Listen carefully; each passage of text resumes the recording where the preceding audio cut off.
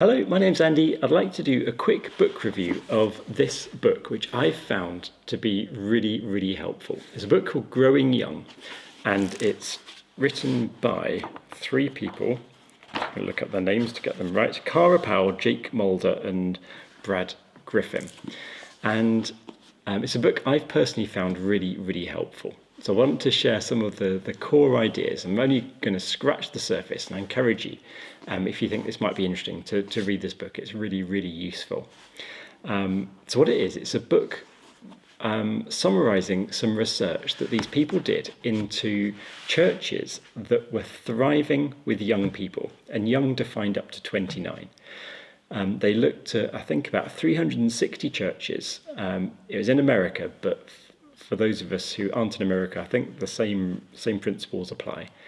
And they tried to, through talking to people and through questionnaires and all kinds of research methods, tried to find out what was their secret that helped them to thrive with younger people where other churches didn't seem to have any young people in them at all and seemed to be growing older. So how do we help churches to grow young rather than to grow old?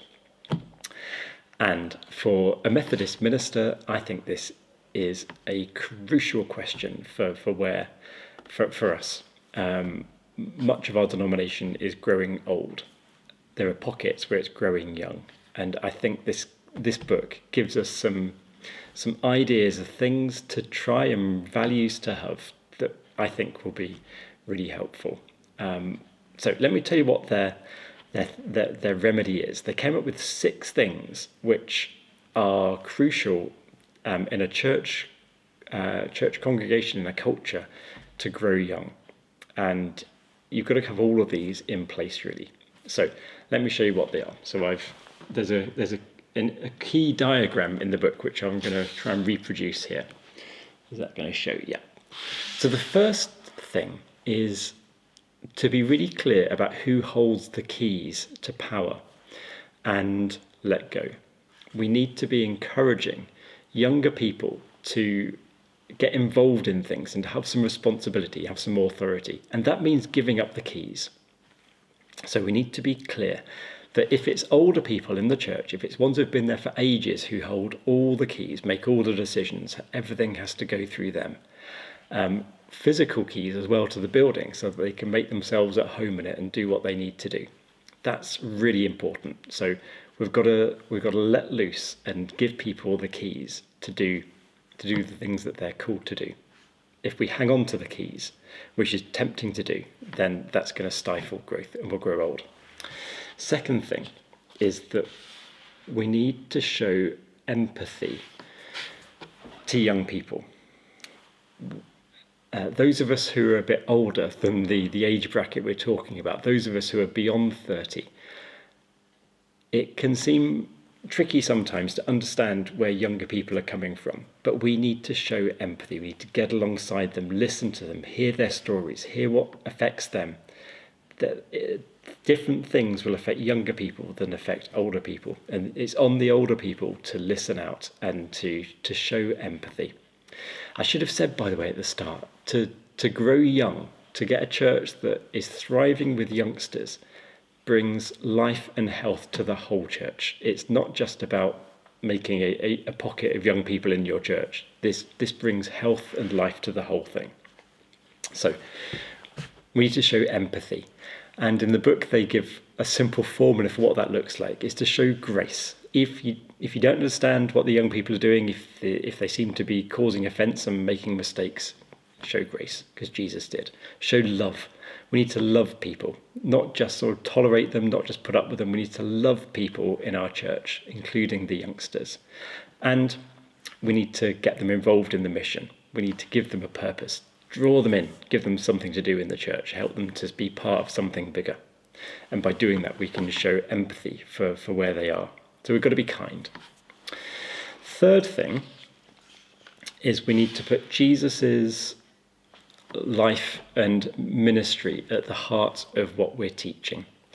We need to focus on Jesus in our church teachings. And that's something I've really been challenged to do, is always, whenever I preach, it's on the gospel passage, unless there's a very good reason why not to. But by and large, I always preach on the gospels. What Jesus did, what Jesus said. We need to get back to Jesus as a person, talking about his life, what he said, what he did, his death and his resurrection. So not conceiving of Christianity in a kind of abstract sense of God, but talk about Jesus the person. Okay, there's 3. Fourth thing is to create a warm environment, not in terms of temperature, that helps. What this means, that there's perhaps a temptation to think that if we want our churches to be thriving with young people, we need to make it cool, we need to make it hip, we need to have the right music, the right lighting, the right, serving coffee and donuts and all the things which the cooler churches that we sometimes see, the sort of things that they do. We've got to think, there's a temptation to think that that's the secret. And those things are good. It's good to have nice music and nice lighting and nice coffee. There's nothing wrong with those things. But way more important is the interpersonal warmth. We need to be a warm, friendly, loving place. That's what people want. We need to be warm. Warm is the new cool, is one of the phrases I picked up from this book. Okay, so that's 4 things. Now the 5th thing is the kind of most important one, and perhaps the most difficult one as well. We need to make young people the priority in every aspect of church life. It's not enough to have something for the kids on a different day. They've got to be prioritized in every walk of the church's life, in what we spend our money on, in how we worship, in how we come together, in the social events. Children and young people, young adults, have got to be the priority. We need to give way. Those of us who have had it our way for decades, we need to give way and to prioritize young people in everything that we do. And that's a sacrifice, and that's difficult, and I completely get it, but that's vital.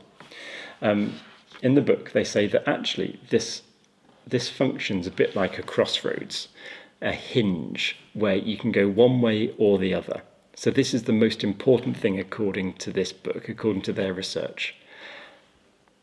This is the choice. You can either prioritize young people in everything that you do in church, and in which case you can grow young. Your church will has the ability then to attract new people and to bring new people in and be healthy and to grow. And if you don't, churches tend to grow old and die out. And that's not, I don't think that's what the gospel is about. To grow young is vital. So we have to be prioritizing young people everywhere. So people who are older in the church, there has to be a bit of giving way, of prioritizing young people and what they're doing things differently. It's hard, but it's a stark choice. And, you can see this playing out in congregations all over. You've got to make a choice. So let's make the right choice. And finally, the church needs to be best neighbours. We've got to be good news to those around us. We mustn't be sort of little huddles who just do things for ourselves. We've got to be good news for the world. Young people are, this is generalising, but they tend to be passionate about social justice and about the environment, about helping people. And we need to be, as a church, taking that on board. We need to be good news to our neighbours. We need to love our neighbour as ourselves. Now, the claim is that churches that are doing well, that are growing young, that are bringing in new people and are thriving and healthy across the board, they do all of these things. And they probably didn't get there overnight. Each of these things takes work and effort and change and sacrifice, but that's the way. It's the way forward. That's the remedy. And personally, I think there's an awful lot of wisdom in this. I love it because it seems so transferable. It seems so universal. I can see this working in any church, or not working in any church, actually, and ending up spiraling off of this. It seems to be universal, but also it's also quite concrete. It gives some specific things to do. So I commend you to read further into Growing Young, and try to think about how this might be put into practice if you're part of a church. If you want it to grow young, perhaps think about which of these steps could be the first one to do. Something to think through, to chew through, pray through, and to talk through. Okay, thanks very much. Bye-bye.